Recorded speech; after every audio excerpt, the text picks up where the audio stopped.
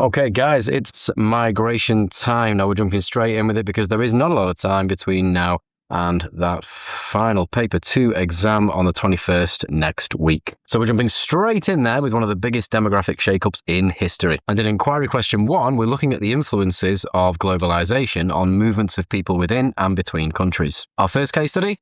China. Think about this. Since 1978, China's urban population has exploded from 18% to over 65% in 2026. We're talking about a floating population of around roughly 300 million people. That's almost the population of the USA, moving within one country's borders. But why did it happen and how can they control it? Well, let's break it down by using Lee's push-pull model. Let's rewind to the 1978 open door policy. Deng invites foreign direct investment into special economic zones. This was the global shift in action. Manufacturing moved from the west to China's east coast. Pull factors? Wages in urban areas are often 3 times higher than in rural, not to mention the benefits of high-speed infrastructure, better schools, and generally just that glittering city lifestyle. Major push factors are rural stagnation. Big one is agricultural mechanization. As farming got more efficient, fewer workers were needed. So in 1980, rural China was stuck in subsistence farming, classed as an insecure form of income, very vulnerable to climate, very vulnerable to disease. So people weren't just moving to something, they were moving away from something else. So this is your classic Lee's push-pull model, but with a bit of a globalization turbocharge. Well, hang on there. If you get a 20-mark essay on this and talk about the inevitability of movements because of globalization, your evaluation point is that migration within China is still very heavily controlled by the hukou system. This is a household registration system that ties your social benefits like healthcare and education to your birthplace. So if you move from a village in Gansu to a factory in Shanghai without a permit, you're essentially a second-class citizen. You have no access to the public schools or state healthcare. This creates a huge social divide between the urban elite, if you like, and the floating workers.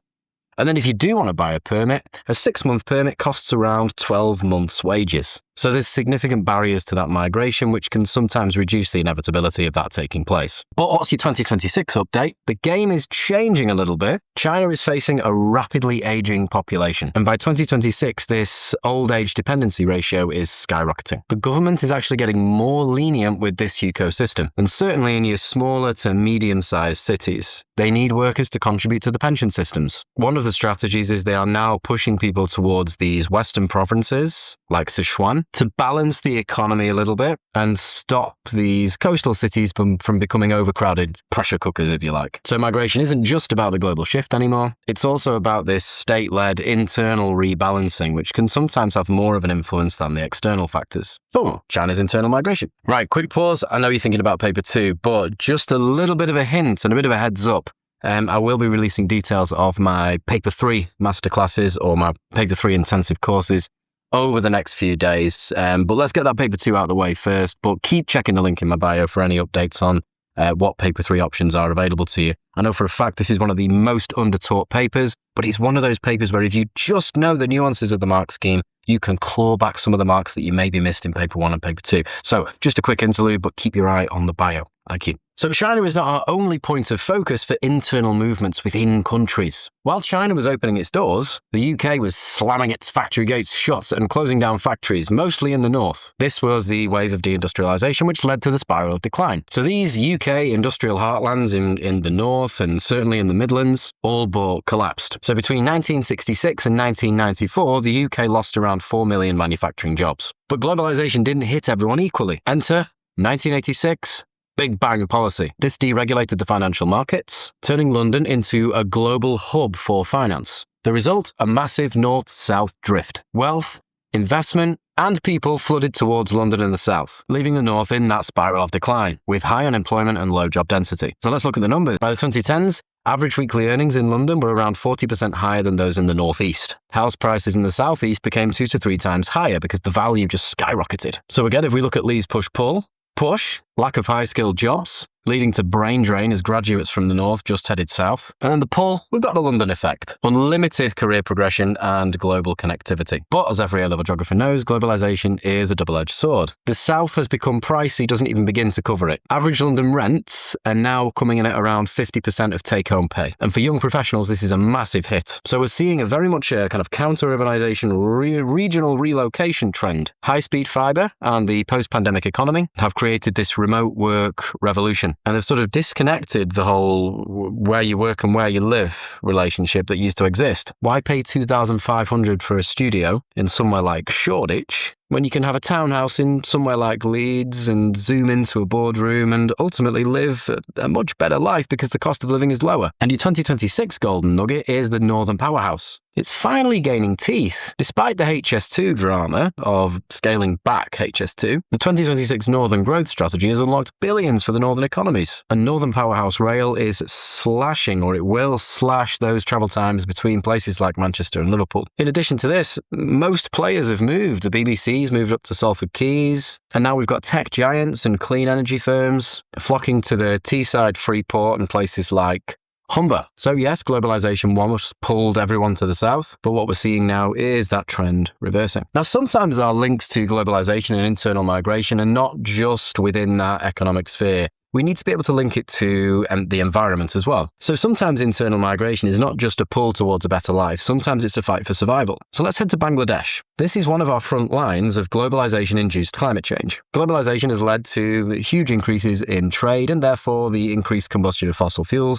and therefore the enhanced greenhouse effect and therefore sea level rise. As sea levels rise, the increased salinity of the soil is effectively destroying the rice-growing areas within the global south. In addition to this, salt gets in the water and you can't drink it. It's costly. It's costly to treat, and you certainly can't farm with it. So people are being forced to move inland. Experts estimate that by 2050, 1 in every 7 people in Bangladesh will be displaced by climate change. Right now, up to 2,000 people per day arrive in Dhaka. And Dhaka is already one of the most densely populated cities in the world. So the influx is creating enormous informal settlements and stretching the city's infrastructure to almost breaking point. But it's not just sea level rise. We've also got to think about other areas of the water cycle, such as rainfall. Pakistan 2022 was hailed the monsoon on steroids year, thought to be made 50% more intense by global warming. And this particular monsoon submerged around a third of the country. Pakistan was one of the hardest hit areas. We're talking 33 million people being affected and millions of what we would call IDPs, which are internally displaced peoples. So unlike the gradual move to Dhaka, this is known as shock migration. People lose everything in a week and end up in temporary camps. So by 2026, many of these families still haven't returned home because the land is scarred and the infrastructure is gone. This creates trapped populations who have the need to move but no longer have the means. And once again, this is down to climate change, which is down to globalization. Then finally, we can head over to the Middle East and let's look at Syria. If we look at the Hadley cell, one of the links between globalization, and as we also know, this atmospheric circulation, the edges of the Hadley cell, that's where we see our deserts. So as this area expands, we're going to see more high-pressure weather systems at higher latitudes. So let's take northern Syria between 2006 and 2011. They suffered the worst drought in nearly a millennium. Agricultural failure was total. 85% of livestock died. So 1.5 million rural people were forced to move to urban centres like Damascus and Aleppo. So the very process that allowed the UK and China to grow wealthy, globalization, has created enormous environmental push factors that are displacing millions in the global south. And even more,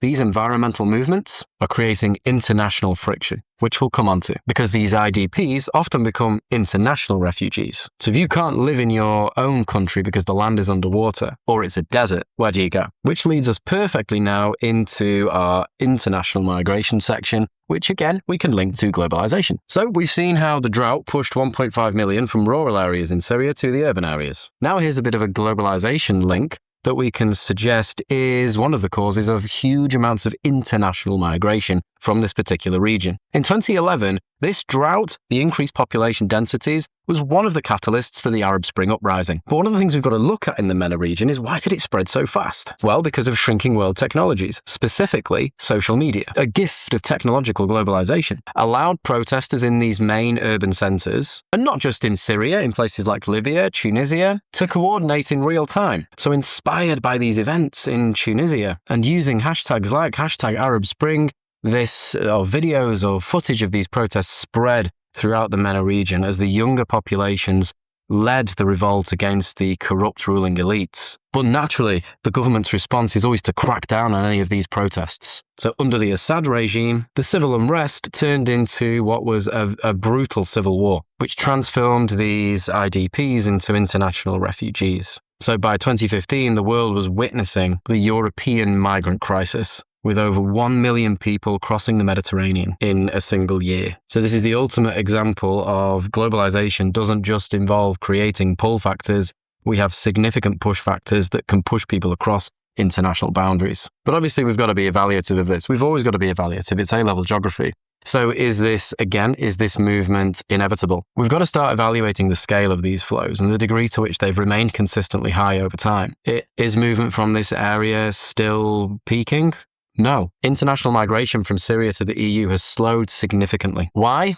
Political barriers. In 2016, the EU paid billions to Turkey to host these refugees and strengthen its borders, essentially outsourcing the border. And in 2026, the EU has implemented much stricter return regulations and safe third country laws, making it harder to claim asylum and easier to deport. So ultimately, yes, globalization has facilitated and even increased the degree to which these movements might take place. But sovereign states have the ability to build these walls and potentially slow it down, reducing the degree to which it's inevitable. And here's your top tier case study update. We're now seeing a new trend, which is return migration. So following a political transition, if you like, in late 2024, over 1 million Syrians have returned home from neighbouring countries like Lebanon and Jordan. So you've got to be careful with this, though, because 18% do want to return home. There's still around 70% that are hesitant. And that's because of the destroyed economy and the lack of schools. And the government is still very much in a state of transit. Yes, the Assad regime has been overtoppled, but who's in power now and is it stable? Do they hold legitimacy? So they're building at the moment what's called a remittance economy. Many refugees stay in the EU or Turkey to send money back home to help rebuild. So globalization has created for these individuals a sort of transnational identity, and I guess is those remittance flows through fiber optic cables. So who knows, in the future, with Syria being rebuilt to a certain degree, maybe more will return home. Okay, now let's talk about movement by design. International movement by design, that is. Globalization has created these things, or has given us these big trade blocks, and there's no better example than the European Union. In 2004, the EU expanded to include what they call the A8 nations, countries like Poland and the Czech Republic, the free movement of labour. And this created a massive wave of migration. In the UK alone, Polish-born migrants jumped from 75,000 in 2003 to nearly 1 million by 2016. So this wasn't just a move, it was a demographic transition of the British high street and certainly the labour forces. So why did this happen? Well, you need two theories really for your exam. These are crucial. You really do need these. First of all is neoliberal economic theory. This is the efficiency argument. It says essentially you should treat people like any other resource. Remove barriers and let them flow to where they are needed. Thus, the whole trade bloc's GDP will grow. They are providing a service, they are building things, and thus productivity can be maximized. You also need core periphery model. Think of the EU as like a giant magnet, if you like. The core, the UK, Germany, France, arguably, has the capital and the high-paying jobs. The periphery, Eastern Europe in the early 2000s, has the labour forces, the young labour forces. Naturally, people move from the periphery to the core, and that is to maximise their income. And so in this kind of Schengen area, the Schengen world, the cost of migrating is low. They've removed significant barriers because of there's no requirement for a visa to work. And the friction of distance is almost zero because of shrinking world technologies, certainly those transportation shrinking world technologies. But here's the catch. Neoliberalism loves open borders. Voters don't always love open borders. Concerns over downward pressure on wages, particularly in low-skilled sectors, and strain on public services like the NHS and schools, whether factually accurate or not, became a fuel for sovereignty movements. It's exactly why the UK left the EU, and why political parties like which ultimately became Reform promoted that we needed to increase the strength of our borders, take back control of our borders was the rhetoric. So post-Brexit, this open door idea in the EU, which was designed again to maximise productivity, didn't just close, it was replaced by a points-based system designed to favour high-skilled workers and end the flow of low-wage labour migration to from the periphery. So as of June 2025, net migration to the UK from the EU is now negative, but we're also seeing a net outflow of people, 70,000 a year, back to the EU. Why? Well, there's now stricter policies. These new 2026 rules have doubled the residency waiting time for indefinite leave to remain. And that's gone up from 5 years to 10 years. But there's also the economic rebalance. Poland's economy has boomed. The periphery is slowly moving towards becoming a core in its own right. So the 2026 picture isn't about people flooding in, it's about the UK struggling with labour forces. Because the very globalisation that once provided cheap workers is now being actively restricted by national sovereignty. So this neoliberal dream is slowly becoming defeated by nationalist ideologies. Now, globalisation has also gifted us a new type of migrant, the digital nomad. Thanks to fibre optic connectivity and the death of distance, we have this new class of migrants that's able to work anywhere. Look at Dubai. By 2026, the UAE has perfected that influencer pipeline. They aren't just letting people in, they are courting them with very specific remote work visas. So if you earn over a certain threshold, you get preferential treatment, tax breaks, and what is, I think, a 10-year golden visa. But here's our big geographical question. Is this migration inevitable because of technologies created by globalization, or is it only happening because the UAE decided to let it happen? The answer in geography is it's always both. But you've always got to make that decision about what's more important. Because government policy can explain differences in migrant flows to other countries as well. And this is where we can look at Japan, Singapore, and Australia. Let's first take Australia uses a points-based system to ensure that migration actually serves the economy. By 2026, they've optimized this to favour younger, more highly educated migrants. It's essentially a meritocracy. If you don't have the skills that Australia needs, like healthcare or green tech, the door is shut. It's a highly managed, economy-first approach. Let's contrast this with Singapore. It's a global hub city, and around 40% of its population are non-citizens. Singapore needs migration to survive, but they've calibrated it a little bit. So they use a kind of employment pass visa system for high-skilled workers, but they use work permits for lower skilled labour forces, but they rarely grant citizenship to the latter. Also, the latter are exposed to both pregnancy and other tests as well, that with a negative result, I'll say a negative result, with a certain type of result, will result in repatriation. And they are also exposed to certain types of testing, and whatever the result of that test, it could mean repatriation for those lower skilled migrants. So they prefer the high skilled ones, particularly in the financial services sector, to maintain their status as one of the top 4 global financial hubs. And then in 2026, they're also sort of tightening the controls on integration a little bit to prevent the social friction that could occur with very distinct migrant groups. And then finally, we've got Japan. Japan's sort of a bit of a wild card. It's faced with an enormous aging population. They should be encouraging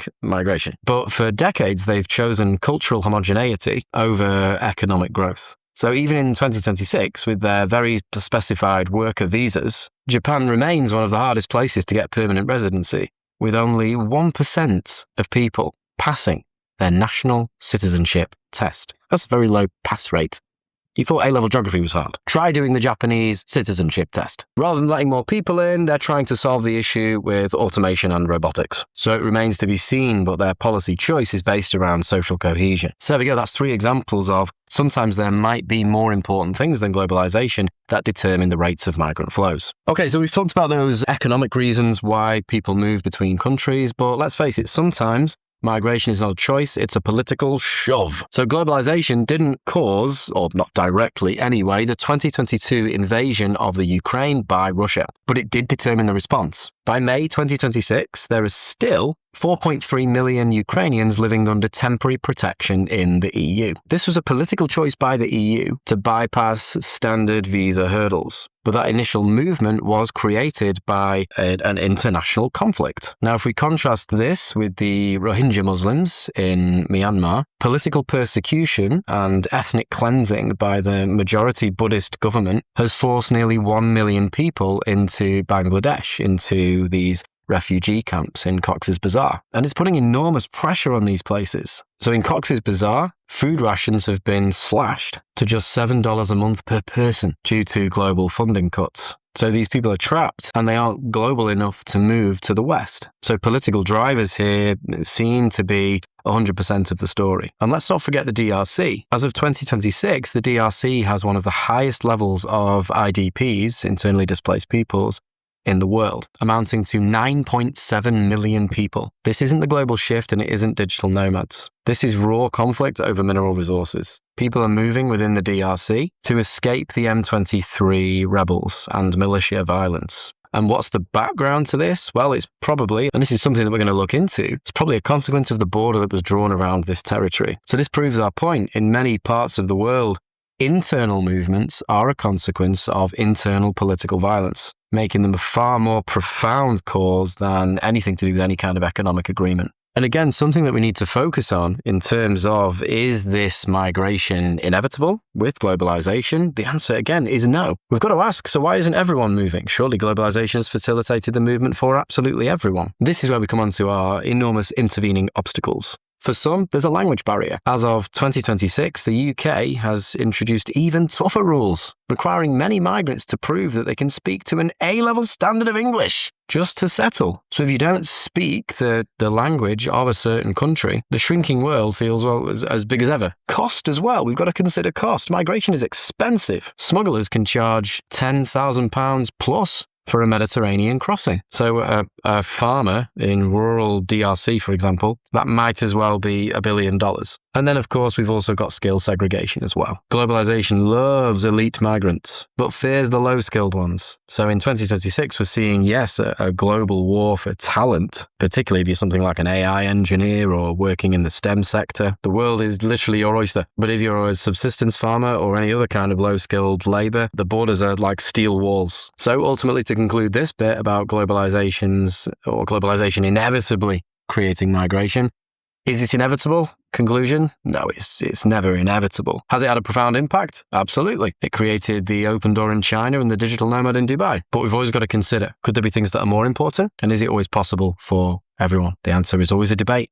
That's geography. So to wrap up EQ1, we've always got to ask that question about, yes, all of these flows of people are occurring, but what are the consequences? Now, we're talking here about consequences for the source and consequences for the host. And we've also got to look at it through that lens of positives and negatives for the source and positives and negatives for the host. And we'll use Poland to the UK to demonstrate this. UK being the host. So in terms of economics, migrants filled essential labour gaps, particularly in like hospitality and catering, and also public service gaps as well in areas like the NHS. In addition to that, your average EU migrant will contribute around £3,500 more than your average citizen in the UK to the tax base. So all of these public services that are apparently being drained by migrants are actually being supported more so than by UK citizens. The potential negatives: people fear that there is a big drawdown on wages, particularly in low-skilled sectors. So if there's an abundance of labour, then that could drive down the price of what that particular type of labour is worth, though this is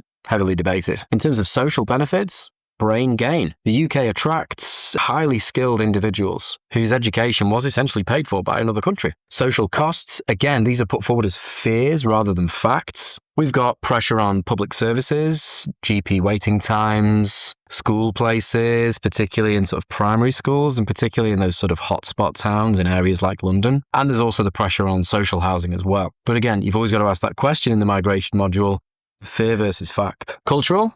Well, we've got cultural diversity. We've got a richer lived experience. We're talking about migrants from absolutely everywhere. Look at the Notting Hill Carnival. Look at all the richness that has been brought to the UK by migrant groups that ultimately improve UK citizens' lived experience, and not just It's all groups will benefit culturally from migrant groups. But the cultural negatives or the cultural costs are always that it causes social friction between some groups. And that can lead to segregation, and that can make integrations. So certainly what we're seeing is the rise of far-right nationalism moving throughout Europe, and we've seen this most recently in a lot of local councils losing their seats to reform. Demographic positives, it offsets the aging population. Most migrants are 18 to 35, providing a fresh new tax base to pay for pensions in the future. For some, rapid population change, particularly in terms of ethnic diversity, can change the character of local towns, and for some, that can bring what we would call identity concerns. But I do stress, for some. And then we move to the source, which is Poland. Main economic benefit here, remittances. Billions of euros are sent home to boost the Polish economy and to fund local business. Costs,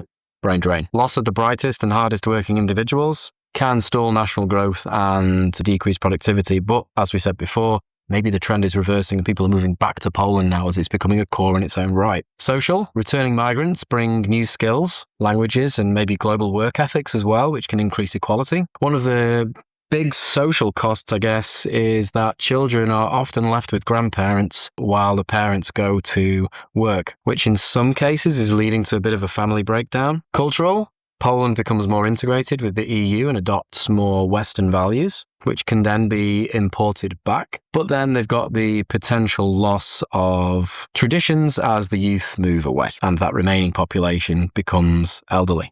Could they be replaced by more Western traditions? It remains to be seen. Demographic significantly reduces rates of unemployment and certainly those pressures in rural areas. But unfortunately, many rural Polish towns are becoming ghost villages with extremely high dependency ratios. We've also got to consider the conflicts between US and Mexico, so that border, that wall. So as of early 2026, the US border is experiencing a mass deportation era. While globalization tries to pull Mexican labor forces to the US, the core, US sovereignty is really pushing back. So where the consequences are felt are usually in those border states, places like Arizona and Texas. So they're seeing a surge in these informal settlements where migrants are trapped by tighter security, creating a bit of a humanitarian crisis on the Mexican side. So in places like Tijuana, for example. There's also economic consequences as well. In the agricultural and construction sectors are facing a little bit of a labor cliff, if you like. Without Mexican migrant labor, food prices seem to be spiking because US workers won't do the backbreaking work for the same wages. And then there's that good old political conflict. Now, when we've got political conflict, it's really important that you name both sides. So you can ultimately say Republicans, and this is a big one for EQ1. And then you've got the nationalists. They see it as a threat to sovereignty. So it's creating internal political conflict as well, which can then result in feedback mechanisms, if you like, on those rates. So what's the verdict? Well, 2026 presents a very complicated picture. The golden age of free movement, I'm afraid, is probably over. For now, anyway. Whether it's the UK negative net migration or the US's Great Wall policy, the world is moving away from neoliberal and back towards sovereign control. Whether it's a positive or a negative thing, well, it depends exactly who you ask and in what country. So that's it. That's EQ1. All wrapped up. On to the development of nation states. Okay, so as we move on to EQ2, we're thinking about the development of nation states and how they've developed their own individual identities, if you like, and how much that is related to their development history, but also other factors. So we'll kick off the EQ2 study with a bit of a contrast. First up, Iceland, a country with extreme linguistic and ethnic unity. Iceland is your country. So why is it so unified? Well, 2 words, physical isolation. Tucked away in the North Atlantic, Iceland's geography has acted as a natural filter for many years. Its nearest neighbours being, well, Scotland and I guess Greenland as well, not exactly close by. So in terms of its settlements, it was settled by Norse and Celts in the 9th century. So the population remained pretty small and isolated for around a millennium. So this isolated population preserved the Icelandic language, and they preserved it so well that 1,000-year-old stories are still read by school kids today. Stories about Norse mythology, Odin. It's a very unique culture. So even in 2026, still 80% of the population is ethnically Icelandic. So while immigration is rising, shout out to the Polish community, now 6% of the population, Iceland remains a significantly homogenous culture. And one of the reasons why there's limited levels of migration to Iceland is because its language has no roots in Latin, which makes it very difficult to learn, particularly for European migrants, which arguably would be where you would get that pool of labour from. It's the closest neighbour. In addition to this, We can link its historical development around certain aspects of culture like food and diet to where exactly it is in the world. It's surrounded by the North Atlantic, therefore it's had an abundance of fish, so that's formed a very important part of its diet, which is an important part of culture. This was evidenced by the 2009 failure of McDonald's, the McDonald's franchise. It just couldn't take off in Iceland, and that's because they just have such a strong attachment to this fish-based diet. But now let's flip the globe and let's have a look at Singapore. If Iceland is a solo act, Singapore is like an orchestra. It's a melting pot, but by design. So it was founded as a British trading post in 1819, and it was built on migration. It's located at a choke point on global trade routes. So, that's Strait of Malacca, which is exactly the opposite of being isolated. So in 2026, the resident population goes as follows. Chinese are around 74% of the population, Malay 13%, Indian 9%, and others 4%. But nearly 40% of the labour force are not residents of Singapore. So from high-flying CEOs to construction workers, migration is the lifeblood of its economy. So unlike Iceland, Singapore's unity is not necessarily based on a shared ancient history, but on a shared diverse national identity, if you like, built through a state mandated bilingualism. So they've created this language known as Singlish, if you like. So whereas on the one hand, you could say that, they've got high cultural heterogeneity, which is the opposite to being a homogeneous culture, there are elements where we see that cultural and linguistic unity. But it's kind of state-led. And they also utilize very strict social integration policies. They even have a national social integration day that's dedicated to bringing people of diverse cultures together. Social Harmony Day, that's what it's called. So there we have it. Two places with very different levels of ethnic, cultural, and linguistic unity.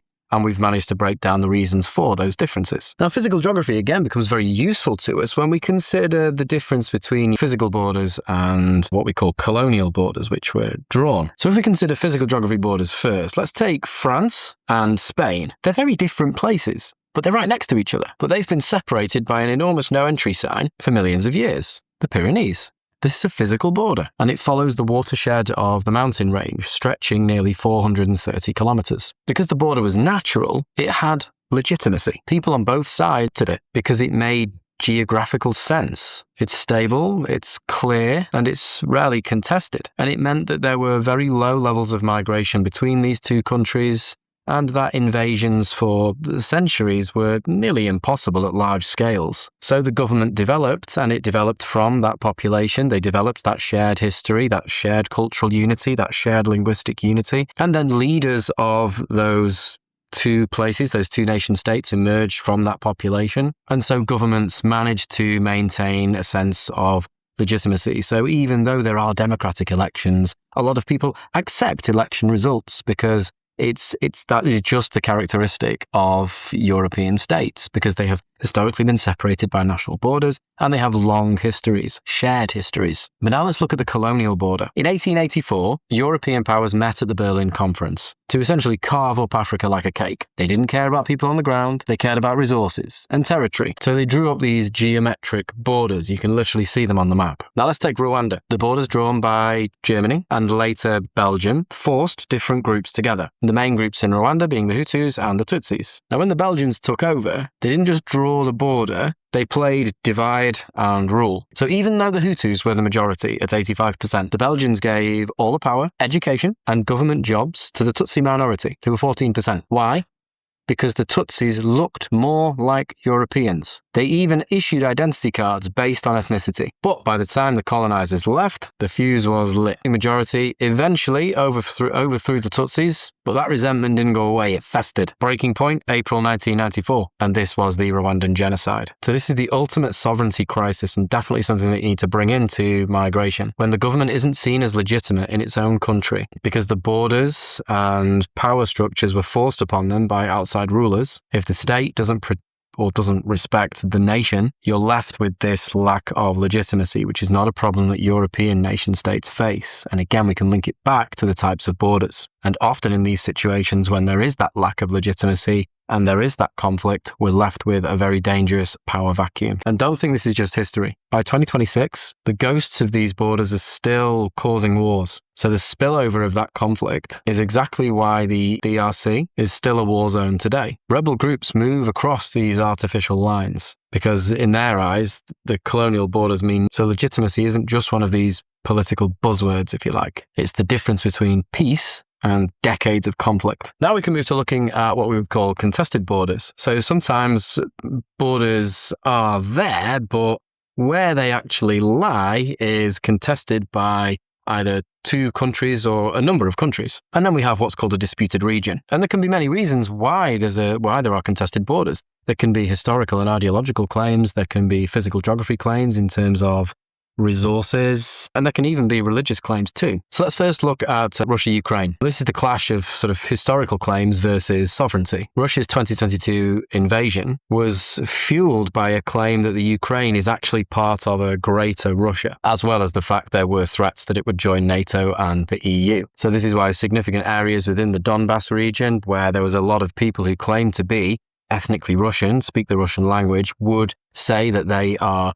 Russian, have been reclaimed by Russia. So it's multiple things here. There's historical claims, but also this idea of defense. So Russia, if you think about it, uses this attack and this expansion as a form of defense because there's no natural borders between the Ukraine and Moscow. It is a big, large, flat, expansive plain. In addition to this, the conflict over the Crimea as well, which was annexed in 2014. Again, we can link to physical geography. A lot of Russia's ports freeze over in the winter. So what the Crimea gives it is this warm water port. So they can deploy their military year-round and also trade year-round as well. So it's usually quite complex. There's normally kind of a core reason why there's a contested region, and then the other compounding factors. Now let's look at Taiwan. China claims it's just a breakaway province on the One China principle. This is a historical claim as well. So Taiwan currently operates as a de facto, which means it's not necessarily legally recognized, but it is sort of informally recognized. And it's, for all intents and purposes, an independent state, with its own government and its own passport. But most of the world, under significant pressure from China, doesn't officially recognize it. So the root cause, and historically there was a civil war, and the losing side essentially escaped to Taiwan and claimed that nation as its own. So this is a bit of a civil war legacy contested border. But it's complicated because it's allied quite heavily with the US. It's very economically important, certainly in terms of semiconductor manufacturing, but then it's got these sovereignty challenges. So one wrong move here, it officially declares its independence. Trade stops, who knows, there could well be an invasion. If we look at the Halib Triangle between Egypt and Sudan, the root cause of this is that in 1989, the UK drew a straight line border. But in 1902, they drew a different administrative border to reflect the grazing lands of local tribes. So maybe this was a kind of tokenistic effort to take into account the different ethnic groups on it. The result? Well, there's two borders. Today, both countries claim the land. Why? Well, there's resources. It's not just a desert. There's offshore oil and land-based mineral rights. Not to mention the fact that it's a coastline, and you want to control as much coastline as you can because that Red Sea route is a busy trading port. So this is the classic kind of colonial hangover, if you like, where the map doesn't necessarily truly represent who's in charge. Currently, it's administered by Egypt, and that's because they simply have the more powerful military. But it leads to frequent military standoffs and restricted movements for nomadic people living there. And then finally, we've got the contested region of Kashmir. This is your triple threat, really, of colonial past, religion, and resources. British left India in 1947.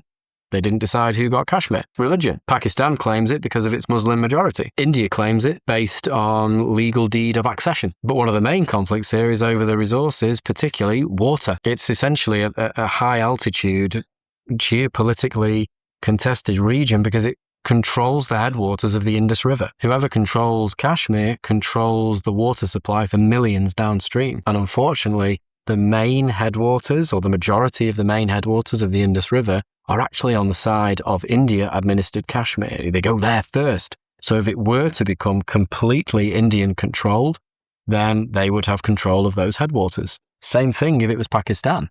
But where it would hit most is in Pakistan, because a great deal of their population rely on agriculture, and a significant proportion of Pakistan is arid. No wonder there is contested regions and contested borders. And ultimately, the takeaway from this is that without universal recognition, borders are just a suggestion. Whether it's driven by religious claims or resource gathering, contested borders can be some of your main drivers of geopolitical instability in some regions. This is where you can also bring in the contested borders that are part of the Antarctic, specifically related to exclusive economic zone claims. Okay, so next up we move on to 19th century nationalism and the age of empire and empire building and how that has had influences not only on migration patterns, but also the ethnic composition and cultural heterogeneity of nations that received large volumes of migrants. This is a legacy of the building of empire. Let's go. So to understand why London and Paris look the way they do today, we have to look back to 19th century nationalism. So in the 1800s, European powers believed that to be a great nation, you needed an empire. You needed to spread your cultural superiority throughout the world. This led to the scramble for Africa and the consolidation of the British Raj in India, the jewel of the crown as it was called. Nationalism in the UK meant expansion. So this is very different to modern nationalism, which is not expansion, it's more protection. But for people in the colonies, it meant being absorbed into a system that essentially stripped them of their sovereignty. Whether it was tea from India or sugar from Jamaica, these colonies were viewed as resource banks and they supported the growth of the Industrial Revolution in the UK. But globalization is a two-way street. When you build a trade route to extract resources, you create a pathway to follow back. So let's consider India, for example. India is your perfect example of this.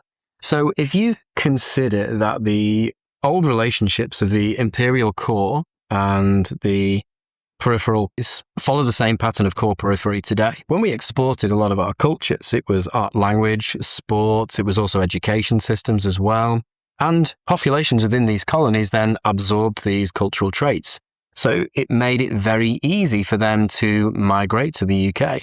They spoke the language, they were educated using our education systems. So it made it perfect during the 1950s and 60s for a lot of Indian doctors to move to the UK to take up positions in the NHS, because we failed to train enough doctors and nurses in the 1930s and 40s. So we had a labour need, we went to the former colonies. And this was aided by the fact that former colonies became part of the Commonwealth. So those relationships still remained strong. But the very fact that they were part of the empire and absorbed a lot of our cultural traits increased confidence to migrate. And that's why we have a lot of patterns of migration from former colonies to what was the imperial core in Britain. The same occurred from former colonies like Jamaica. So picture this, the UK has been decimated by war and we need labour forces, particularly in construction and in very specific niche sectors like driving buses. Enter the Windrush generation. People from Jamaica and other islands moved to the imperial core, and this was to help us to rebuild. So this is colonial legacy migration, as the former colony and the former imperial core remain linked by language, legal systems, and transport links long after flags have changed. So what's the result of this? Well, it's a large shift in cultural heterogeneity, which means kind of a difference within the culture. A fancy way of saying our societies have now become more diverse as a consequence. So in London, for example, I believe it's over 40% are foreign born. And in 2026, a lot of the former imperial core are now multi-ethnic powerhouses. And this has changed everything from the food we eat to the music we listen to. But this migration, as we know, has not been random. So someone in Jamaica is far more likely to migrate to somewhere like the UK than France just because of those shared cultural traits and the shared language. It allows them to assimilate to a greater degree. Assimilate meaning adopting the cultural norms of the majority, and that in itself can mean that there's greater integration, and it just increases that confidence to migrate, increasing the likelihood that it will take place. However, it's not all sunshine, is it? As we've seen with the Windrush scandal, these historical patterns of migration can lead to large internal political conflicts over belonging and citizenship. And then finally, we move on to everyone's favourite topic in EQ2, which is how globalization has created these new state forms and therefore new types of borders. And this is where we can look at the tax haven. Globalization has allowed for the development of these low tax regimes. These are states, often small island nations or specific European hubs, that offer near zero tax rates to attract the profits of TNCs and the wealth of high net worth individuals. For a TNC, this is a dream. They can transfer price their profits from a high tax country like the UK to a 0% tax haven like Bermuda. For the tax haven, it's a bit of a business model. They get the prestige and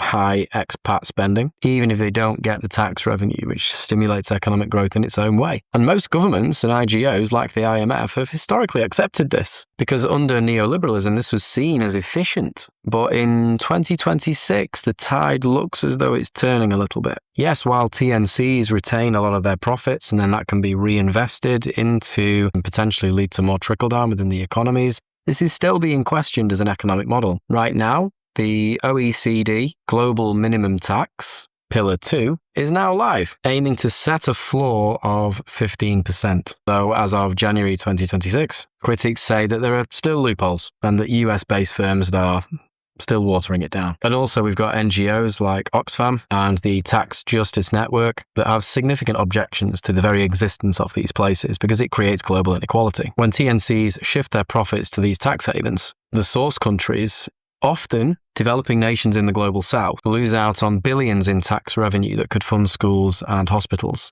And so African nations are some of the ones being hit the worst. This capital flight starves the periphery of resources, keeping them very dependent on aid and loans and handouts from places like the IMF and the World Bank. So by 2026, it's estimated that poor countries lose up to 4 times more relative to their GDP as rich countries do because of this profit shifting. So this isn't just some financial trick, it's now very much a human rights issue. But is there another way? Some countries say yes. Some countries don't like the deregulated, globalized economic world. Let's look at Bolivia, and they have promoted alternative models to the global capitalist system. So instead of chasing FDI at a cost, they've experimented with something called buen, essentially translate to the right for a good life. They nationalized key resources like oil and lithium to ensure that profits stay within the country. So, the degree to which it's been successful, very much dependent on external pressures, like Ecuador is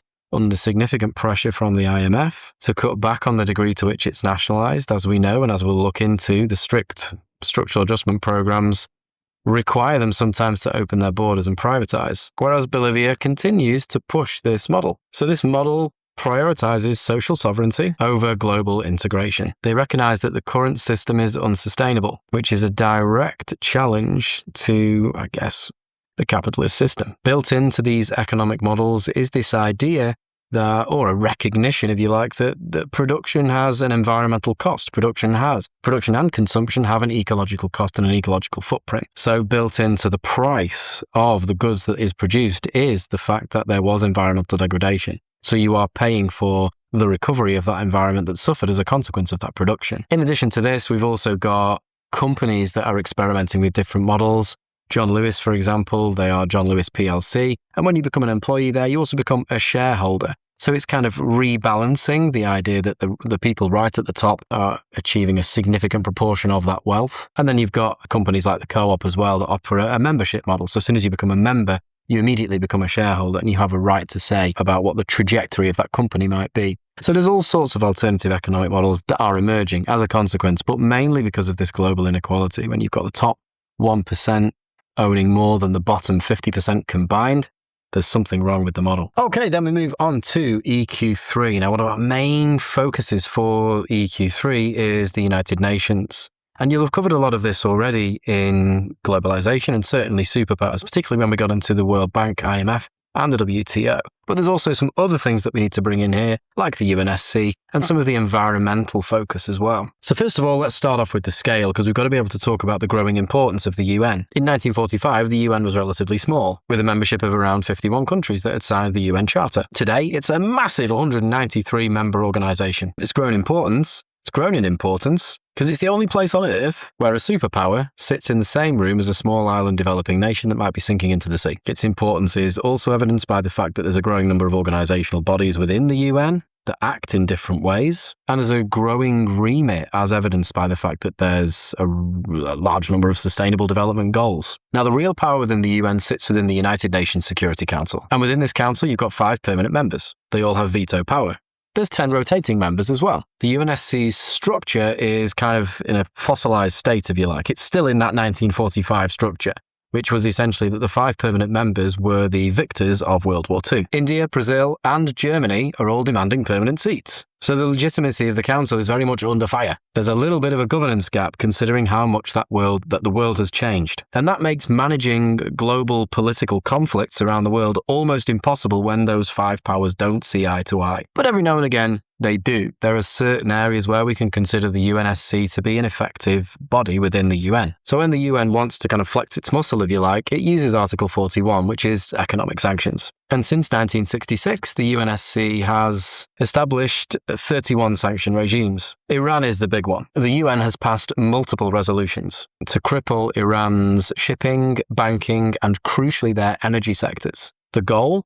They don't want Iran to possess a nuclear weapon. Unfortunately, the result of this is a 40% drop in Iran's oil exports at its peak. But this then causes a humanitarian crisis because those that suffer are usually the wider population. NGOs say that the most vulnerable are hit the hardest, not the elites. Then there's also the boots on the ground method as well. They do have the power to send in peacekeepers. So look at MONUSCO in the DRC. This is one of the UN's most expensive missions, with over 16,000 personnel and a budget of over $1 billion a year. And to a degree, they've prevented the loss of lives for millions of civilian casualties, but the degree to which they can really do that across the entirety of the DRC, physical geography presents a significant challenge. There's a lot of mountainous regions and there's very dense tropical rainforests, so they can only act in certain places. So let's be evaluative. Is it a success? Depends on where you're talking about. And specifically in the DRC, let's have a look at it. Yes, they've been there for maybe 20, 30 years, but it's failed to disarm the M23. And by 2026, the blue helmets on the ground are facing huge protests from locals who just feel that the UN is just a bureaucratic observer of their suffering. So it's a mixed record of success. Yes, it was successful in bringing Iran to the negotiating table,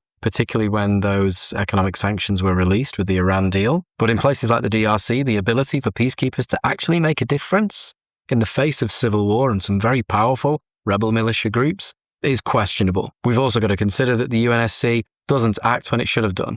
Rwanda 1994 genocide is a prime example. So it's a good one to be evaluative with in the exam. Is the UN good at solving global crises?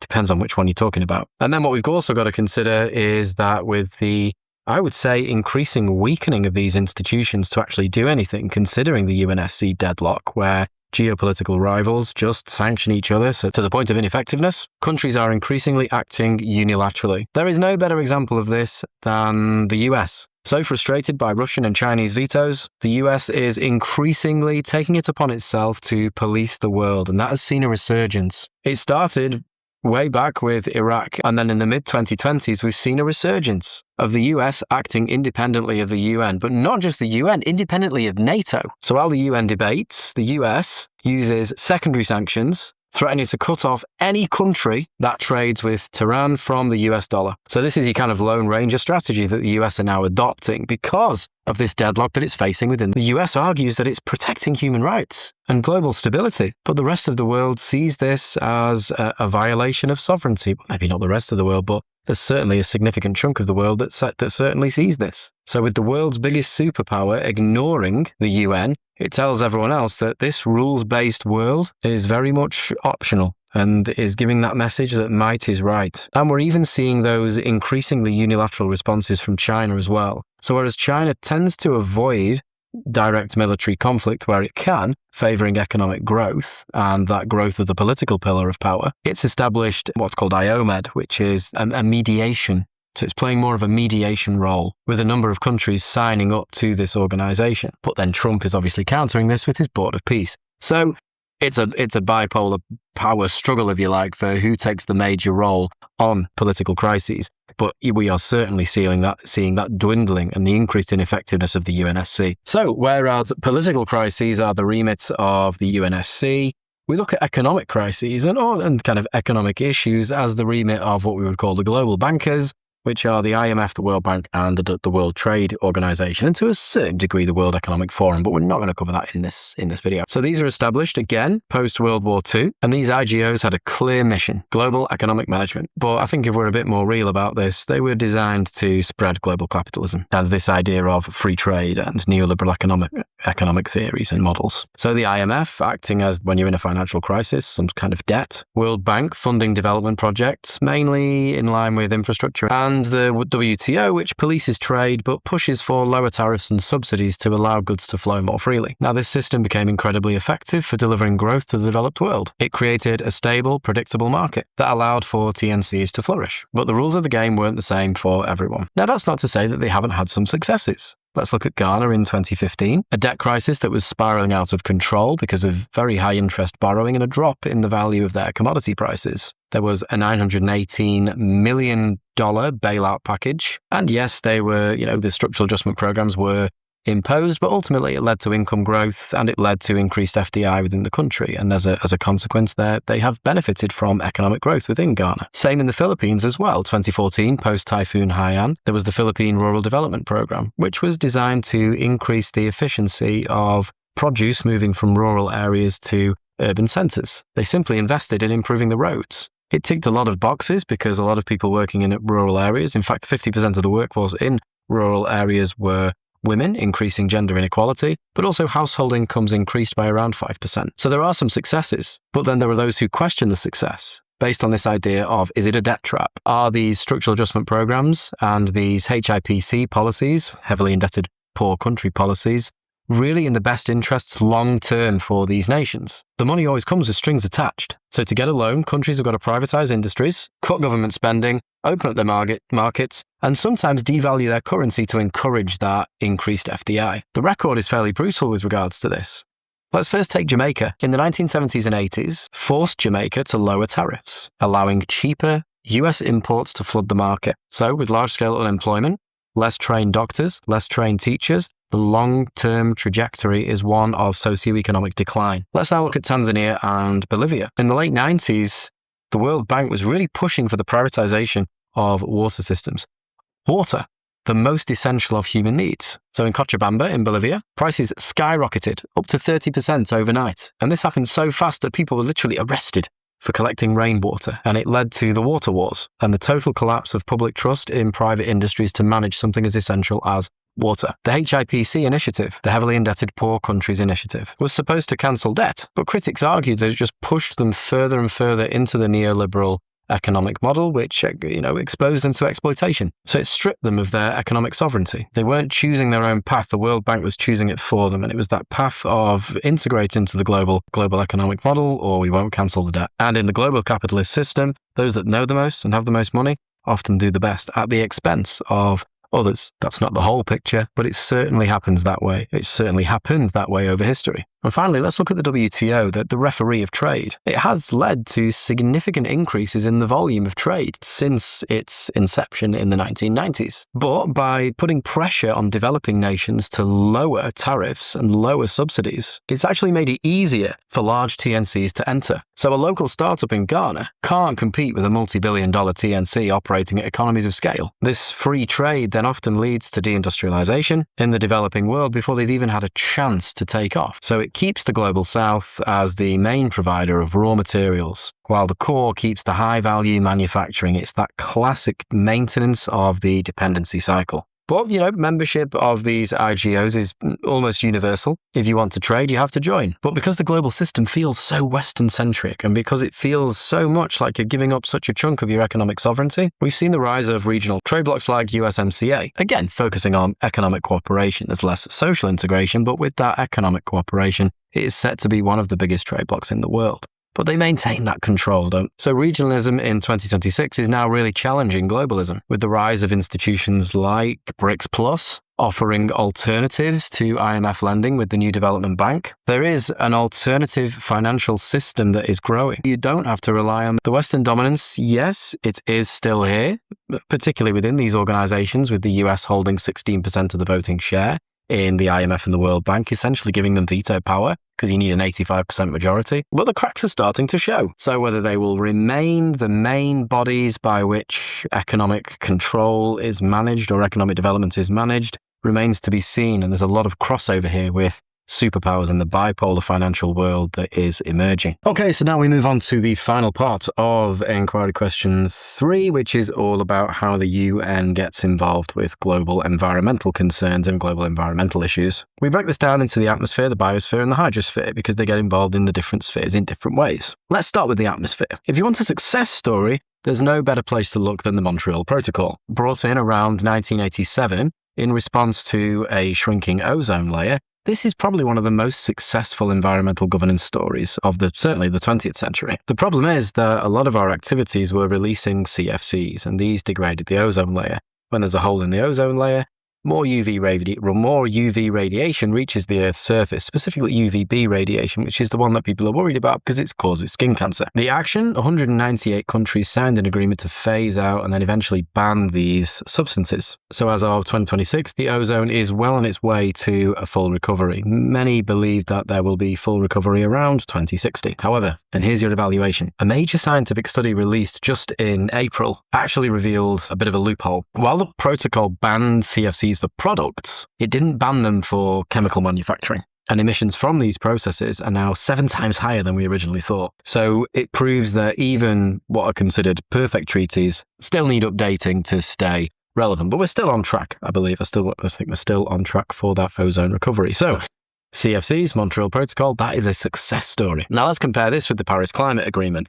Not as successful. Not yet, anyway. But why was Montreal so easy and Paris such a struggle? Well, firstly, the scale of the change. Replacing CFCs, relatively cheap. Decarbonising the global economy, trillions. Political will, I think there was clear success dates and success markers with Montreal. Paris relies on what are called NDCs, which are nationally determined contributions. These require an annual update. But in 2026, many countries are still missing their targets because there's no global police to force them to stop burning coal. And with energy demands only increasing with the growth of the global middle class and now this new AI race between the two superpowers, it's seemingly going to become increasingly difficult for these nations to meet their climate targets. So Montreal proves that IGOs work for specific technical problems, but Paris shows that they struggle with systemic and almost existential ones. Then we can look to the biosphere, and this is where we can look at is the Convention on International Trade in Endangered Species. And this treaty regulates the trade of over 40,000 species on the planet. It categorizes species into either Appendix 1 or Appendix 1, total ban on trade, the likes of gorillas, tigers. Appendix 2, allowed but strictly controlled by quotas. CITES just celebrated its 50th anniversary. While it's been successful in stopping the legal extinction by trade of certain species, it's fighting a battle with illegal wildlife trade, which is now worth up to $23 billion annually. And this is because CITES can only really control the legal market. It can't stop those illicit flows without stronger national policing. So the environmental law is, well, it can be global, but laws themselves and the enforcement of these laws are still national.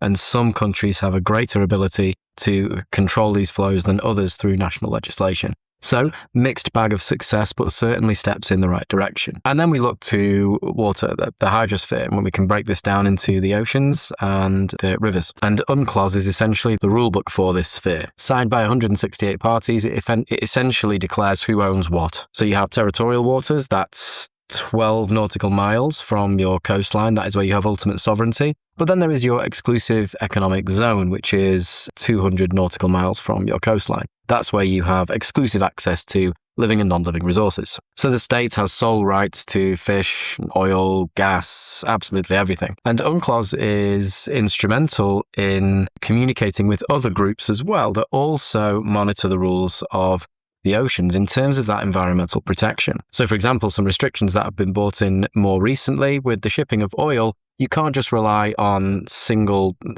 canister tankers, if you like. You've got to have multiple areas within that's fucking shit. So UNCLOS is under massive strain in the South China Sea. The 9-dash line claims 90% of that territorial water, overlapping with the exclusive economic zones of the Philippines and Vietnam. So despite a 2016 ruling against China, without a global navy to actually enforce this, it shows a limit of the IGO's power. So legally, it's a bit of a masterpiece, but it's a geopolitical nightmare. And then we have the Helsinki rules. What about water on land? There are 263 international rivers that cross borders. These are our transboundary rivers. Without rules, upstream countries could just dam rivers that starve downstream. The Helsinki Water Convention established a principle of equitable and reasonable utilization. You can use the water as much as you like, but you can't significantly harm your neighbor. So over 60 countries have now joined the 1992 convention, and it's been vital in the Danube River system, where 19 countries now share the water peacefully. However, we need to sort of be evaluative of this because these countries are used to working together as being part of the European Union. Contrast this against the Grand Ethiopian Renaissance Dam, where Ethiopia upstream and Egypt downstream are in a bit of a deadlock because Ethiopia hasn't signed the convention. And as we know, the more rapid filling phase of GERD will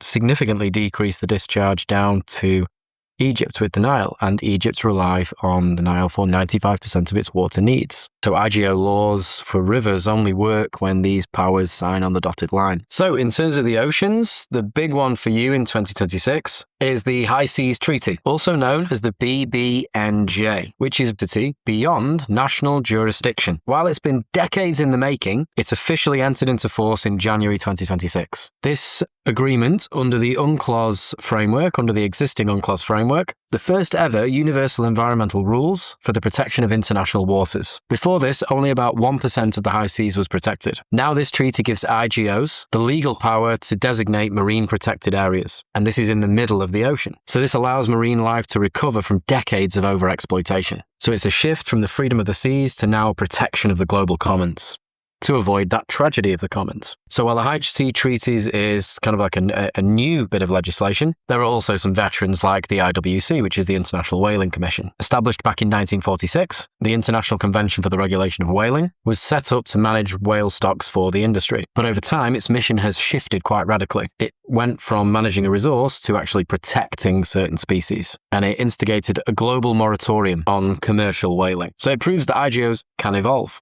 and they can take an industry designed for extraction and turn it into a global shield for endangered species. Okay, next we look at the Millennium Ecosystem Assessment. This introduced the world to the concept of ecosystem services, the idea that nature provides services that we can't live without, like clean water, which is a provisioning service, or crop pollination, which is a regulating service. So the Millennium Ecosystem Assessment found that 60% of world's ecosystems are being degraded. So this has led to a huge green economy shift. So in 2026, we see that there's quite widespread carbon sequestration markets, where countries are now paid to keep forests standing, and where coastlines are paid to establish mangrove forests. So you can bring back in here all of those case studies from coasts about mangrove replanting. And that's because we put a dollar value on these ecosystem services. So in turn, this will potentially change nations' behaviors because we're talking in a language that they understand now. National governments do care about the bottom line. So if we can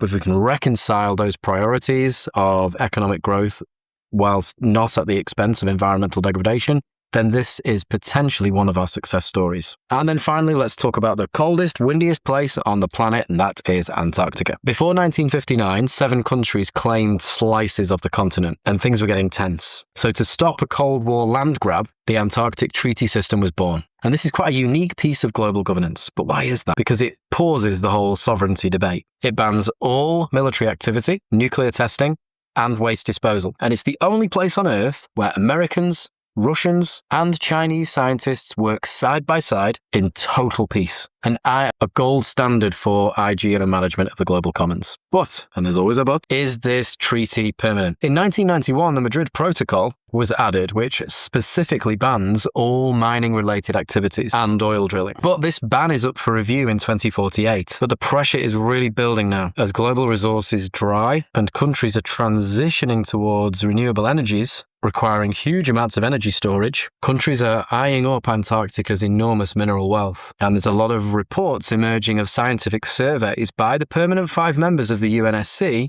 that look suspiciously like mineral prospecting. And then we've got the other factor of the ice melting, which increases the economic viability of these operations as they will be less expensive to extract. This may be something that the IGOs struggle to stop as those resources become easier to reach. So the ATS proves that IGOs can manage territory successfully if there is no profit to be made. Once the scientific preserve becomes a resource bank, the treaty is going to face its greatest test. So is Antarctica a continent of peace, or is it just a bank that we've not opened yet? Remains to be seen. And on to our final inquiry question, which is inquiry question 4. Okay, and then finally we move on to inquiry question number 4. Globalization wants us to be global citizens, but in 2026, nationalism remains the world's most powerful psychological force. In the UK, this isn't an accident. National identity has become a social construct that's reinforced through almost every single institution. So let's look at how the British brand is manufactured and why it's currently pushing back against the global brand. So let's first consider education. It's like a shared vocabulary of a nation. We don't just study Shakespeare, the Magna Carta, World War II for the grades. We study them to create this historical anchor. It's about that shared history, that shared culture that gives us that cultural unity. So in 2026, the curriculum remains a primary tool for social cohesion, ensuring that every student, regardless of background, has a shared cultural starting point. And it's reinforced further in places like the US, where in every single educational institution, certainly in schools, they pledge allegiance to the flag. Then there's sport is up there as one of the number one methods of projecting soft power. So think back to the London 2012 Olympic opening ceremony. It was a masterclass in identity showcasing, watched by a global audience of 900 million. So by celebrating things like the Industrial Revolution, the NHS, British music, Mr. Bean, Harry Potter, James Bond, the Queen even skydived. It didn't just show the world who we are, it highlighted the best aspects of our culture, which is another form of nationalism, which is celebrating what is great about your country. And we can't ignore the ultimate institution of continuity. In a fractured 2026 landscape, the Crown acts as this national focal point at all times. And even with shifting public opinion, the 2023 coronation was a massive event that provided a sense of stability that transcends the daily partisan politics. And it's reinforced by things like our currency, stamps that contain images of our monarchs. But here's the kind of update I'd say for 2026. This identity is almost being weaponized. And we see this loyalty in our voting patterns. UKIP originally paved the way by stressing sovereignty over EU integration, a movement that cultivated over 17.4 million votes for Brexit. And by May 2026, this mantle had been taken by reform. The core message? Loyalty to the nation state must come first, and must come before global cooperation. They argue that globalization has diluted British culture through migration, noting that the UK foreign-born population reached 10 million in the early 2020s, and Reform UK is currently polling at record highs, particularly in former industrial heartlands, demanding that we bring the focus back to the Isles. All sounds very familiar, doesn't it? So this proves that national identity isn't static, and that the nation state isn't dying, it's just having a massive identity crisis. So whether it's through the curriculum or through the ballot box or even through the media outlets, the struggle for sovereignty is the defining conflict of our time. So why do we feel such a loyalty, and what is this loyalty actually tied to? So in geography, we look at these anchors of identity, the pillars that stop us drifting into this globalized world. These aren't just feelings, they're measurable cultural assets. So let's break down the 4 anchors that define a nation in 2026. First up, it's legal systems, the law as a kind of culture. For many, the law isn't just a set of rules. It's the core of who they are, particularly in places like the United States, where identity is hard-coded into the Constitution. To plead the Fifth or defend the First Amendment rights isn't just a legal maneuver. It's a cultural performance of being American. We all know it, don't we? We all know what plead the Fifth means. In a recent survey, 72% of Americans cited the Bill of Rights as the single most important factor in national identity, outranking even the English language. When the Supreme Court makes a ruling, it doesn't just change the law. It sends shockwaves through the nation because the legal system is almost like the primary gateway to their values. Next up, we've got governance, and we can compare democracy to authoritarian governments. So we almost define ourselves by how we're ruled, but also who we are not ruled by. The UK prides itself on its parliamentary democracy, often contrasting with the authoritarian macho character of Russia, where leadership is tied very much to a single strongman figure. And this creates a fascinating divide in national priorities. So while the UK prioritises institutional checks and balances, polling in Russia reveals a bit of a difference. In 2026, approximately 68% of Russians state that they would rather have a strong leader who ensures stability than protect individual democratic rights. And this loyalty to strength is a fundamental anchor of what it means to be Russian. Just as loyalty to the ballot box is the same for Britain, proving that national identity is often reflected in the transparency or the power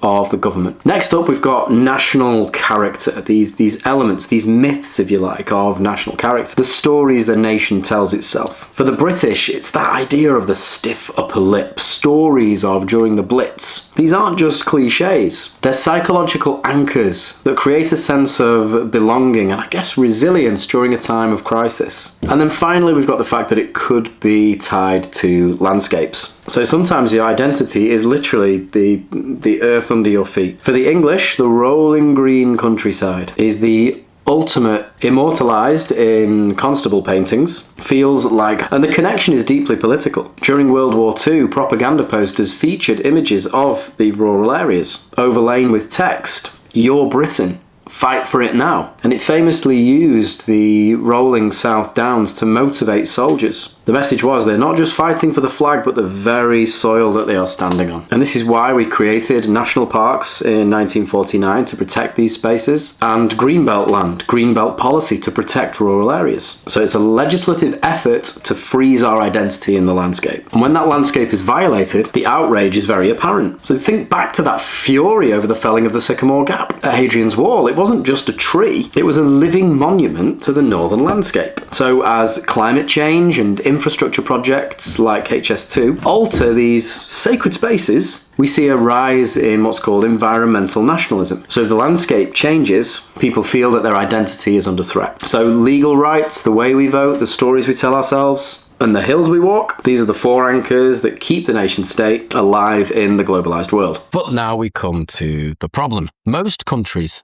are multinational and multi-ethnic. So in an era of globalization, who we are becomes a very difficult question. So in the era of globalization, who we are becomes a very different question, or a very difficult question. So let's look at New Zealand, for example. Historically colonized, meaning that the Union Jack was part of its flag. So in 2015 and 2016, they held a flag referendum. The debate, one side wanted to keep the current flag, which contained the Union Jack, and the alternative put forward contained a silver fern design, representing a modern, independent Pacific nation that embraces Maori culture. The result?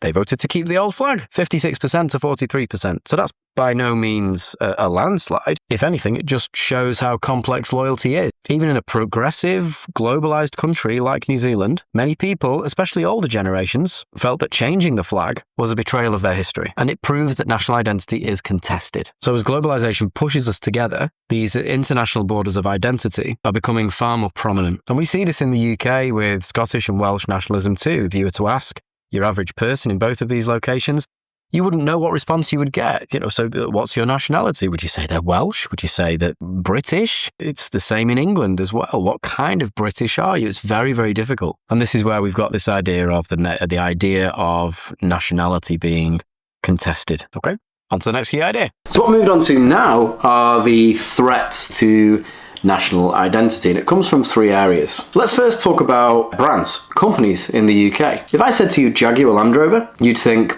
British heritage, you'd think this is certainly the Land Rovers anyway, these are the vehicles of the countryside. But since 2008, Jaguar Land Rover has been owned by Tata Motors, an Indian multinational. Or, have a look at your electricity bill. EDF Energy is a huge player in the UK. I think I might be with EDF. But it's owned by the French state. This is the paradox of foreign ownership. So globalization has decoupled national identity from ownership. The UK stock market is now owned by investors outside the UK. So when our national icons are foreign owned, it makes the idea of made in Britain quite complex. Are the profits staying here? No. Are the strategic decisions made in London? Probably not. By 2026, the UK economy is essentially a host economy for global capital, and that creates this sense of a loss of control, which, you probably guessed, fuels nationalist movements. We've also got to consider westernisation as well, not necessarily too much for our country, but for other countries and their national identity. So large US corporations dominate two things: retailing and entertainment. Brands like Disney and Netflix, they don't just sell films, they promote a distinctive view of the capitalist model. Individualism, consumerism, and essentially the American Dream. Just think back to the raft of awful Christmas films on Netflix that you can't resist watching. Well, I can't resist watching them anyway. And what is Christmas about? Apart from the obvious, it's about the exchange of gifts. We buy stuff, we give the gifts to other people. Capitalism. But then there's the cultural impact of this as well. A student in Tokyo and a worker in Manchester are all watching the same programs, eating the same burgers. And it creates this global culture that with each generation is eroding local traditions. You can bring in a lot of the stuff that you would talk about in Key Idea 3.6 into this one, and cultural diffusion. So by controlling the screen time of the world, US corporations ensure the dominance of the capitalist economic model as being the only real valid way to live. It's the ultimate soft power move. And then finally, it's not just our companies. It's the literal ground that we stand on. So ownership of property and land is increasingly non-national. Let's look at London. It's become a safe haven, particularly for global billionaires to park their cash. Being a global hub city, property values increase. One of the biggest players here, Qatar. The Shard, Harrods, and huge chunks of Olympic Village are owned by the Qatari state. In addition to this, for years, Russian oligarchs and Chinese investors brought up high-end property in Kensington and Chelsea. But why does this matter for identity? Because when the most iconic parts of your city are essentially foreign assets, the locals feel like guests in their own home. And it impacts national identity by creating a hollowed out city. So the lights are on, but there's no one home. But in 2026, the UK government are trying to do something about this. And they've introduced a foreign ownership register to try and claw back some transparency. But essentially, horses already bolted, the land is globalized. And there are the main areas where there are potential threats. And the final part of this video is all about the consequences of disunity. So we've seen how globalization creates these big trade blocs, encourages multilateral agreements between nations, creates conglomerates, but it's also encouraging countries to get smaller. And this is where we can consider our successionist movements. So as of May 2026, pushes for independence in both Scotland and Catalonia have peaked, but for very different reasons. So let's break this down. First up, let's head to the north in Scotland. The movement here is rooted in deep historical roots, but also with a modern desire for economic sovereignty. Firstly, the resource argument. A major driver is the control of the North Sea oil. As of March 2026, 60% of Scots believe government revenues from the North Sea should be spent exclusively in Scotland, rather than across the whole of the UK, with 51% of the Scottish population prioritising oil and gas extraction over net zero targets to secure their economy. Secondly, there's the EU ambition. Scotland's desire to rejoin the European Union is a huge pull factor here, with the majority of the Scots actually voting to remain, but their hand was forced because the remainder of the country voted for an exit. However, the reality check here is that Spain would probably veto this, and we'll come back to why later. There's also the NATO hurdle. Independence would mean meeting NATO's strict spending policies. While the UK currently spends 2.4% of its GDP to remain a member of NATO and therefore remain under the nuclear umbrella of America, an independent Scotland would have to find this within its own budget to meet that 2% minimum. And then finally, there's the trade reality. While Scotland wants the EU market, its biggest trading partner actually remains the UK. Severing ties could create a hard border that disrupts the flow of goods to a market that is far more integrated than the EU. So it would kind of shoot itself in the foot a little bit. Now let's flip to Catalonia. If Scotland is about oil and NATO and economic sovereignty, Catalonia is about identity and equity. This movement is partly fueled by a unique language and flag. The cultural renaissance coded a sense of belonging or being a nation without a state. Catalonia is without a doubt the economic engine of Spain, projected to maintain a growth rate of 2.3% as of 2026. Consistently above the euro area average. Many Catalans feel they contribute disproportionately. The Spanish government considers any independence referendums illegal under the 1978 constitution. We saw this reach a breaking point when Madrid violently squashed protests and a referendum in 2017, and in 2026 the table of negotiations remains stalled as Spain refuses to even discuss self-determination. So Scotland and Catalonia prove that being part of a big state isn't always enough. So now we move over to BRICS and internal tensions within BRICS nations. Globalization has transformed a lot of the BRICS nations into the world's new economic engines. But in 2026, the dark side of this is causing there to be inequalities, shall we say. So we're seeing extreme internal tension in a lot of these nations because the benefits of this global shift are notoriously top-heavy, and then national unity starts to shatter. So let's look at the friction points in each of the countries individually. Part of the problem is Brazil remains one of the most unequal countries in the world, with the richest 1% holding 50% of the nation's wealth, and significant numbers still remaining in favela. The rural poor as well are struggling with a 15% spike in food costs, identifying less with the global Brazil and more with their specific social class, leading to frequent strikes and social unrest. The issue is also an environmental one, which moves the tension from the streets to the country is split between those that see the Amazon as a national resource bank and those who see it as a global environmental asset. On the one side, powerful agribusiness and logging interests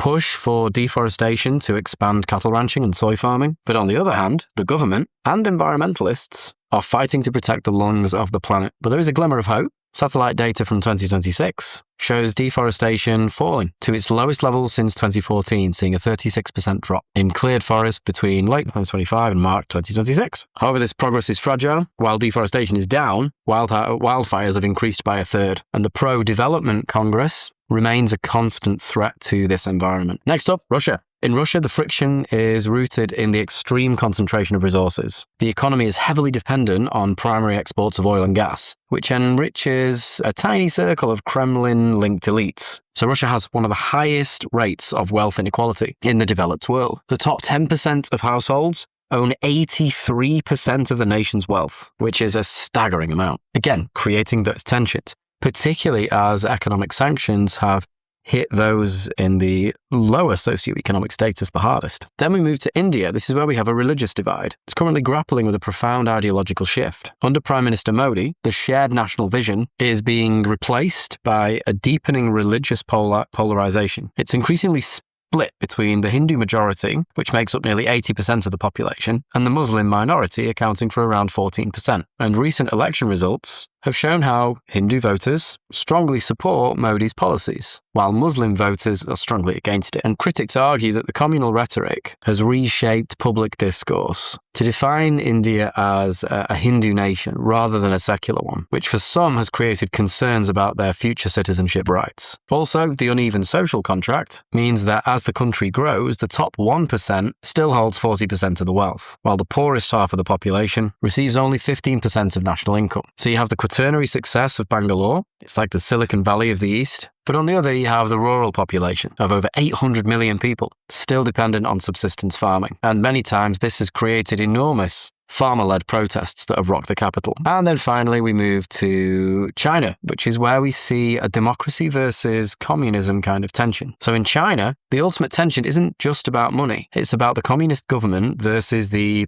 pro-democracy ideals. And the epicenter of this is Hong Kong. Since 2020, Beijing has moved to fully absorb Hong Kong into its authoritarian system. And high-profile figures, like pro-democracy publisher Jimmy Lai, have become international symbols of this struggle. Lai was recently sentenced to 20 years in prison on national security charges. Anyone speaking against the authoritarian government in Beijing, this is now considered an act of terrorism. So this has created a significant political pressure, and it's triggered a huge brain drain. Thousands of residents are fleeing Hong Kong to escape the Chinese government's aggressive stance against free speech. So the BRICS organization, or certainly, so analyzing BRICS proves that GDP is just, well, it's vanity really, isn't it? But it's absolutely not inclusive. The globalization has created enormous inequalities, which have led to the tensions. But there's also internal tensions that are not a consequence of globalization. Either way, we have tensions, which causes the nation state to not just fracture, but implode from within and reduce levels of national unity. Finally, we come on to fragile states. And this is when identity completely fails. 3 are going to be under the spotlight: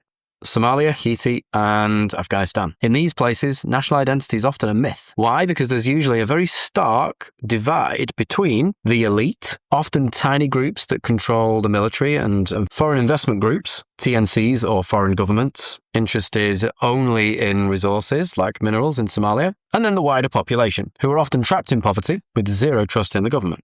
Let's look at Haiti. Right now, Haiti is essentially a state in name only. Gangs control the capital, and the government has zero legitimacy. So when a state can't provide basic food or security, people don't feel Haitian. They feel marginalized. Without a strong national identity to glue people together, the state becomes a shell that's easily exploited by foreign powers, or worse, criminal networks. Remains to be seen whether the World Cup this year could potentially bring some kind of unity to the nation, with Haiti obviously taking part. Somalia. So why is Somalia your absolute textbook fragile state? Well, it's in a crisis of sovereignty. You have a huge disconnect between the politically powerful elite in the capital, Mogadishu, who are backed by foreign investment, and then the wider population in rural areas. In these gaps, Al-Shabaab and local clan militias provide the services that the state can't, like law and food. This creates a dual sovereignty, where the government has the international recognition, but the militias have the local legitimacy. When the people feel that the elite are just puppets for foreign interest, national identity dissolves. So in 2026, with the breakaway state of Puntland refusing to recognize federal authority,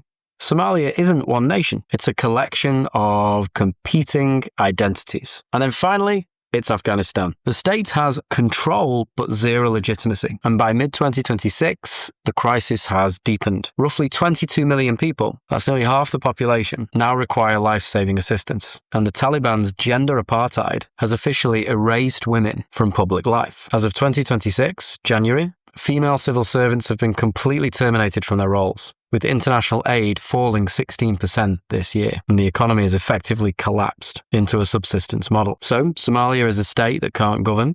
Afghanistan refuses to govern for its entire population. Both are the ultimate evidence of why national identity fails when the social contract is broken. And that's it! We've travelled from the factories of China to the glaciers of Antarctica, and from the boardrooms of the IMF to the streets of Port-au-Prince. And that is migration.